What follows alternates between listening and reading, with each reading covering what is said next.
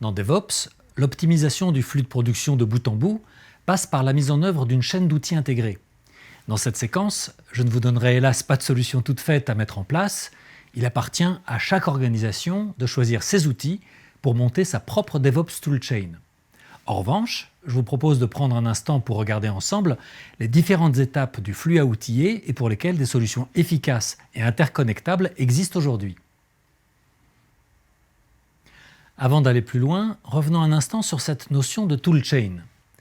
Dans DevOps, la toolchain désigne la succession d'outils ou de modules qui est utilisée par les devs et les ops tout au long du flux, de la conception du produit jusqu'à sa livraison. Cette chaîne couvre donc l'ensemble des étapes nécessaires à l'assemblage et au déploiement des différents artefacts associés à chaque mise à jour. Par artefact, on entend ici tout élément permettant de déployer avec succès une livraison donnée. Cela peut être des logiciels, des images ou encore des scripts permettant de mettre en place divers éléments d'infrastructure. Le but d'une DevOps toolchain consiste donc à automatiser les différentes étapes du flux et à réduire les temps de cycle. Je vous propose de regarder les différents types d'outils à considérer tout au long du flux pour monter une DevOps toolchain. Les premiers outils que l'on trouve dans la chaîne, ce sont les outils de développement. Le code généré est alors stocké dans un entrepôt appelé Source Repository. Arrivent ensuite les outils de gestion de version, qui permettent notamment d'identifier les éventuels conflits entre les contributions de chaque développeur.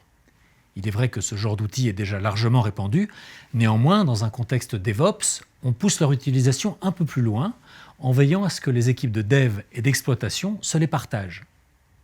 Une fois le code publié, on utilise ensuite une console de build pour le contrôler et le compiler.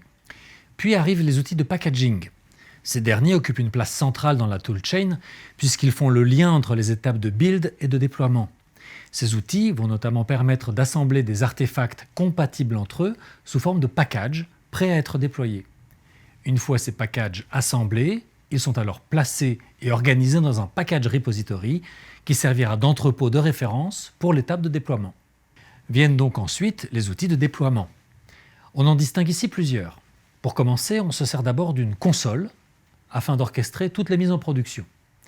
On utilise également un outil de configuration de release qui permet de gérer et de paramétrer facilement les configurations ainsi que les environnements cibles. Chaque version déployée est alors tracée et associée aux environnements adéquats. Enfin, on utilise un outil de monitoring qui permet de s'assurer que les déploiements ont été réalisés avec succès et au bon endroit. Reste enfin une dernière catégorie d'outils incontournables qui est utilisée tout au long de la chaîne. Ce sont bien évidemment les outils de test qui permettent de garantir la qualité du produit livré. En bref, rappelez-vous que la démarche DevOps n'est pas liée à une technologie en particulier, c'est avant tout une démarche collaborative. Néanmoins, pour optimiser le flux de bout en bout, souvenez-vous qu'une toolchain reste un élément important à mettre en place. Flexibilité, interopérabilité. Voilà deux mots-clés qu'il vous faudra garder à l'esprit lorsque vous monterez votre toolchain. À vous de choisir vos outils. Vous avez l'embarras du choix. Simplement, souvenez-vous qu'une toolchain doit d'abord s'adapter à votre organisation et non l'inverse.